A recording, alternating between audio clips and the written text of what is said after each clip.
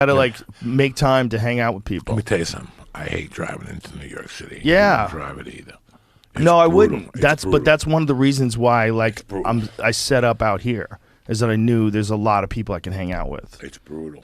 Yeah, that hour's a lot. I went when I went to visit you when we were in the city for the UFC, and then I came out to visit you. That was a long ass drive, and then we went to play pool down in what was that town? It's like a couple Edison. towns. Yeah, a couple towns over from you. And fucking Edison got some good places to eat too. Though. Yeah, they took me to a place there. My neighbors, again, I was just happy to be around Italians again.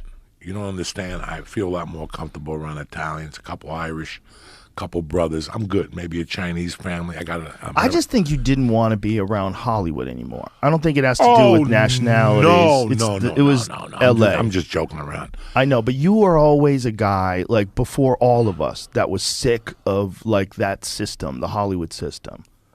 You were always making fun of the agents that would come around that would promise you the moon, and all these executives and all these people that would come around and watch shows and hee and ha. You hated all that shit. You always hated all that shit. You know what, man? It was good for a period of time, and then we all figured out what we were going to become.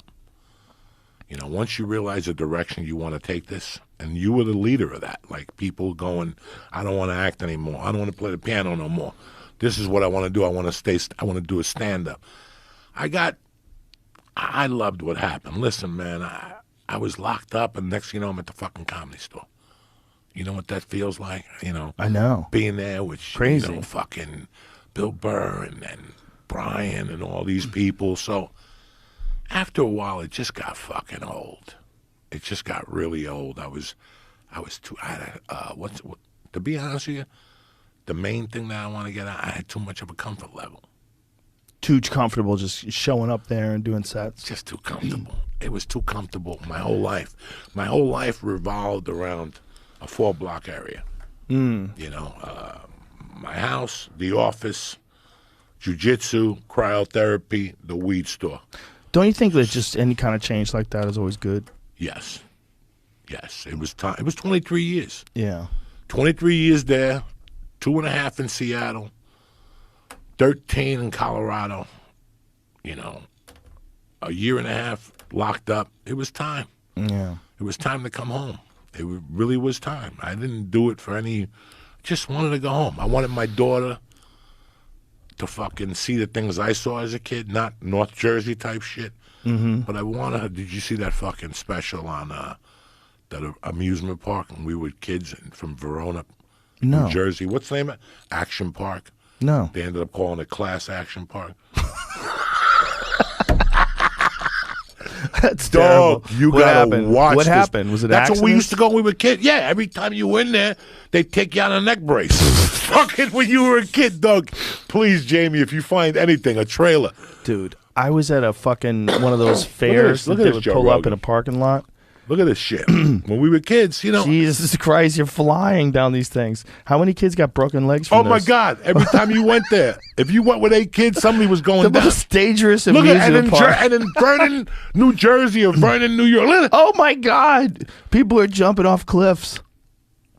Whoa. You could drive that shit, race cars? Everything. You could...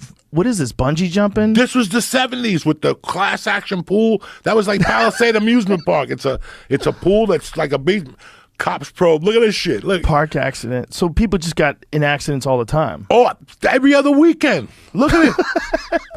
But is that okay? Yes. Here's the question. When I was a kid, I didn't go out to play. I went out to die.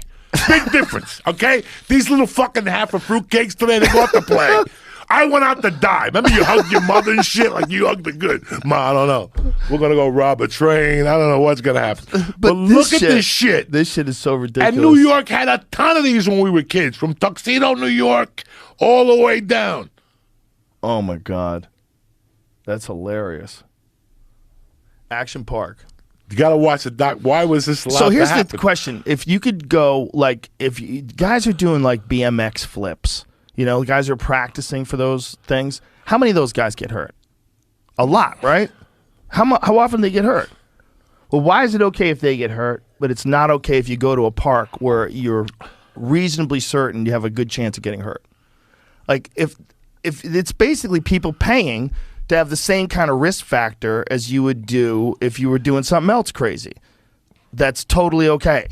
Like, why can't you? You know what I'm saying? Like, you can get a BMX bike. There can be a ramp. People know you're going to jump it. Everybody knows. That's fine. But what is that, more of a commitment? Because you got a helmet, you got a bike, and you got the whole thing, instead of just going to this place? This should be a place where it's fucking risky, right? This should be like, if you had a lockdown, solid contract where no matter what happened to you couldn't sue them, they can make a place like that again.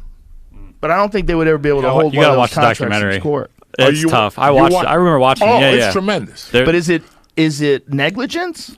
Yes. Oh, okay. If I remember correctly, there's a lot of people telling them you can't do this for kids, and then people are like, give a fuck, it's the 80s, we're doing coke, we're making money, have fun, but party. the jumping off cliffs, like that thing, like the fact that they had a cliff dive, like that's just crazy.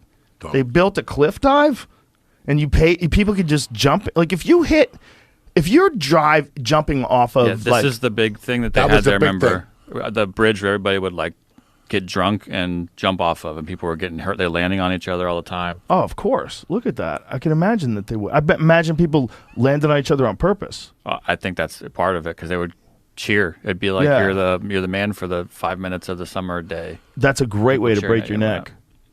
Someone flying and landing on you, that is a great way to break your neck. It's really good. I think there's even a fictionalized version that Johnny Knoxville made. That's why he popped up in that thing. And I don't remember what that's called. You know, these places, and it was the 70s, late 70s, early 80s, or 70s. I don't think the insurance regulations were as strict as they are today. Like, they didn't have a fucking idea. Open up a park, yeah, whatever, just give me $900 a month. Send us a check on the first. They probably didn't have the kind of lawsuits. They don't know. What kind of places? It's like Seaside. You know, it's nice. Couple little swings and shit. Here's a question. When did the first lawsuits emerge? Like the first like a civil lawsuit, like someone suing you because they did a thing and they got hurt, and like you get trampled at the circus or something like that. Like when